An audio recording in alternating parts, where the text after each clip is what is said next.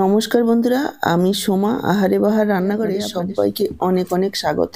আজকে আমি ওলকপির সাবেকি একটা রান্না নিয়ে চলে এসেছি। পুরোনো দিনের এই ওলকপির রেসিপিটি গরম গরম ভাতের সাথে খেতে অসাধারণ লাগে। রান্না করাও একেবারে সহজ, অল্প উপকরণে তৈরি হয়ে যাবে। তাহলে আসুন দেরি না করে রেসিপিটা দেখে নেওয়া যাক। আজকে দুর্দান্ত স্বাদের এই ওলকপির রেসিপিটা করার জন্য দেখুন আমি এখানে 3 পিস মিডিয়াম সাইজের ওলকপি নিয়েছি। ওলকপিটাকে আমি এভাবে কেটে নিচ্ছি। উপরের খোসাটা খুবই শক্ত হয়, খোসাটা ছাড়িয়ে ভেতরের নরম অংশটা আমাদের বের করে নিতে হবে। দর্শক বন্ধুরা, আজকের এই পুরো ভিডিওটা দেখে যদি আপনাদের একটু ভালো লেগে থাকে অবশ্যই একটা লাইক করবেন, কেননা আপনার একটা লাইক আমার জন্য ভীষণই গুরুত্বপূর্ণ। আর আপনি নতুন বন্ধু হয়ে থাকলে চ্যানেলটাকে সাবস্ক্রাইব করে সাথেই থাকবেন। বেল বাটনটা অল করে দিলে আমার দেওয়া এরকমই নিত্য নতুন রেসিপির আপডেট সবার আগে আপনাদের কাছে পৌঁছে যাবে। দেখুন আমি 3টে ওলকপিকে খোসা ছাড়িয়ে নিয়েছি। এবার এভাবে ছোট ছোট করে টুকরো করে কেটে নেব। দেখুন 3টে ওলকপিকে এভাবে ছোট ছোট করে কেটে নিয়েছি, আর সাথেই কেটে নিয়েছি একটা মিডিয়াম সাইজের আলু। আলু চাইলে আপনারা দিতেও পারেন, নাও দিতে পারেন। তারপর ভালোভাবে ধুয়ে নিয়ে চলে এসেছি। গ্যাসে কড়াই বসিয়ে দিয়ে দিলাম 2 টেবিল চামচ পরিমাণ সাদা তেল। আমি রান্নাটা সাদা তেলে করছি, আপনারা আপনাদের পছন্দ অনুসারে যে কোনো রান্নার তেল দিয়ে রান্নাটা করতে পারেন। এবার দেখুন ওলকপি আলুটাকে ভেজে নেব। দিয়েছি পরিমাণ মতো লবণ আর সামান্য একটু হলুদ গুঁড়ো। লবণ আর হলুদ দিয়ে ওলকপিগুলোকে ভেজে নেব। প্রায় 4-5 মিনিট সময় নিয়ে ওলকপিগুলোকে ভেজে নেব। এতে করে ওলকপির যে একটা গন্ধ আছে সেটা থাকবে না, আর স্বাদটাও বাড়বে। একটু নাড়াচাড়া করে নিয়ে ঢেকে দিচ্ছি, ঢেকে ঢেকে ভাজবো। দেখুন ঢেকে ঢেকে ঢেকে প্রায় 4-5 মিনিট সময় নিয়ে আলু ওলকপিটাকে ভাজা ভাজা করে নিয়েছি। আমি অল্প তেল দিয়ে ভাজা ভাজা করে নিয়েছি, আপনারা চাইলে তেলের পরিমাণটা আরেকটু বাড়িয়েও দিতে পারেন। দেখুন ওলকপি আলুটা ভাজা হয়ে গেছে, এবার আমি তুলে নিচ্ছি। দেখুন ওলকপি আলুটা তুলে নিয়ে সামান্য একটু তেল দিয়ে দিয়েছি। দিয়ে এখানে 300 গ্রাম চিংড়ি মাছ একটু নুন আর একটু সামান্য হলুদ দিয়ে মেখে দিয়ে দিলাম। চিংড়ি মাছগুলোকে প্রায় 1-1.5 মিনিট একটু ভেজে নিয়েছি। ভেজে সরিয়ে রাখলাম। অন্য একটা কড়াই বসিয়ে দিয়েছি। দিয়ে দিলাম সর্ষের তেল। তেল গরম হয়ে যাওয়ার পর দিয়ে দিলাম 2টো এলাচ, 1 টুকরো দারচিনি, দিয়ে দিলাম 1/2 চা চামচ গোটা জিরে।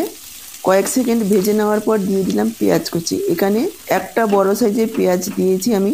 পেঁয়াজটাকে হালকা লালচে হওয়া পর্যন্ত ভেজে নেব। দেখুন পেঁয়াজটাকে হালকা লালচে হওয়া পর্যন্ত ভেজে নিয়েছি। এবার আমি যোগ করে দিলাম আদা আর কাঁচা লঙ্কার পেস্ট। এখানে 3টে কাঁচা লঙ্কা আর 1 ইঞ্চি আদা এভাবে একটু পেস্ট করে নিয়েছি, দিয়ে দিলাম। আদা কাঁচা লঙ্কার পেস্টটাকে একটু নাড়াচাড়া করে নেব। দেখুন আদা কাঁচা লঙ্কার পেস্টটাকে একটু নাড়াচাড়া করে নিয়ে এখানে যোগ করে দিচ্ছি কিছু গুঁড়ো মশলা। 1/2 চা চামচ হলুদ গুঁড়ো, 1/2 চা চামচ ধনের গুঁড়ো, 1/2 চা চামচ জিরের গুঁড়ো, আর দিয়ে দিচ্ছি সামান্য একটু লাল লঙ্কার গুঁড়ো। যেহেতু কাঁচা লঙ্কা দিয়েছি সেজন্য লাল লঙ্কাটা একটু অল্প পরিমাণে দিয়েছি। ঝালটা আপনারা নিজেদের পরিমাণ বুঝে দেবেন। আর দিয়ে দিলাম একটা টমেটো ছোট ছোট করে কেটে, আর একটু লবণ দিয়ে দিয়েছি। এবার পুরো মশলাটাকে কষিয়ে নিতে হবে প্রায় 3 থেকে 4 মিনিট। একটু ঢেকে দিচ্ছি, এতে করে লো ফ্লেমে এভাবে ঢেকে মশলা কষালে মশলাটা ভালো কষানো হয়। দেখুন 2 মিনিট মতো ঢাকা দিয়ে মশলাটাকে কষিয়ে নিয়েছি, খুব সুন্দরভাবে গলে গেছে। আর যেহেতু অল্প তেলে মশলাটা কষানো হচ্ছে সেজন্য অল্পই তেল ছেড়েছে। আর যদি বেশি তেলে মশলাটা কষানো হতো তাহলে তেলের পরিমাণটা একটু বেশি ছাড়তো।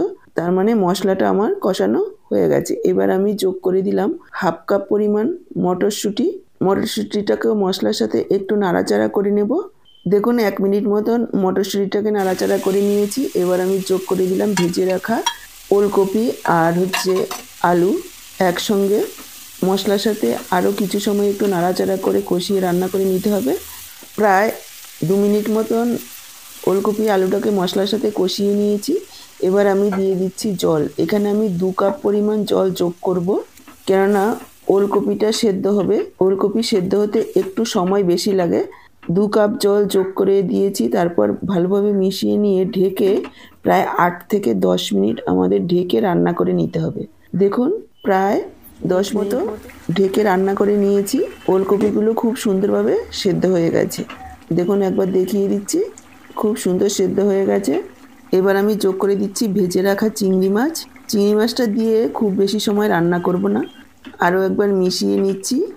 এখানে আমি দিয়ে দিচ্ছি 1 চা চামচ পরিমাণ চিনি, এতে করে স্বাদটা বাড়বে। আপনারা যদি অপছন্দ করেন স্কিপ করবেন। একটু মিশিয়ে নিচ্ছি। এবার ঢাকা দিয়ে আরও 2-3 মিনিট রান্না করে নেব। গ্যাসের ফ্লেমটাকে মিডিয়ামে রেখে খুব বেশি সময় রান্না করব না, তাহলে চিংড়ি মাছটা শক্ত হয়ে যাবে। দেখুন প্রায় 2-3 মিনিট রান্না করে নিয়েছি, সব কিছু খুব সুন্দরভাবে সেদ্ধ হয়ে গেছে। এবার তাও একটু পাতলা জল জলে দেখাচ্ছে। এবার একটা চামচ দিয়ে দেখুন এভাবে একটু চেপে চেপে 2-4টে আলু ওলকপিকে গলিয়ে দিতে হবে, তাহলেই ঝোলটা ঘন হয়ে যাবে। নুন মিষ্টিটা চেক করে নেবেন, যদি প্রয়োজন হয় এই সময় নুন দিয়ে দিতে হবে। আমার নুনটা একেবারেই ঠিকঠাক রয়েছে। এভাবে 2-4টে আমি একটু গলিয়ে দেব। এবার আমি টুকরো করে 2টো কাঁচা লঙ্কা যোগ করে দিচ্ছি আর দিয়ে দিচ্ছি ধনেপাতা কুচি। এখানে আপনারা চাইলে একটু গরম মশলার গুঁড়ো আর ঘিও যোগ করতে পারেন, কিন্তু আমি আর আজকে ঘি গরম মশলা যোগ করব না, কেননা হালকা মশলায় এভাবে রান্না করলে আমার কাছে বেশি ভালো লাগে। এখন শীতের টাটকা সবজি অল্প মশলা দিয়ে রান্না করলেই বেশি ভালো লাগে খেতে। দেখুন টেক্সচারটা কতটা সুন্দর হয়েছে, কতটা লোভনীয় হয়েছে দেখতে, খেতেও অসাধারণ হয়। ঢাকা দিয়ে 5 মিনিট রেখে দেবো, যাতে করে কাঁচা লঙ্কা ধনেপাতার গন্ধটা মিশে যায়। তারপর দেখুন সার্ভ করে দিচ্ছি। দেখেই বুঝতে পারছেন যে কতটা লোভনীয় হয়েছে, খেতেও অসাধারণ হয়। একবার হলেও এইভাবে কম মশলায় রান্না করে খেয়ে দেখবেন, আশা করি আপনাদেরও ভীষণ ভালো লাগবে। বাড়িতে বানিয়ে খেলে কমেন্ট বক্সে জানাতে ভুলবেন না যে আপনাদের কেমন লাগলো। ফেসবুক থেকে ভিডিওটা দেখে থাকলে আহারে বাহার রান্নাঘর পেজটাকে ফলো করার অনুরোধ রইল।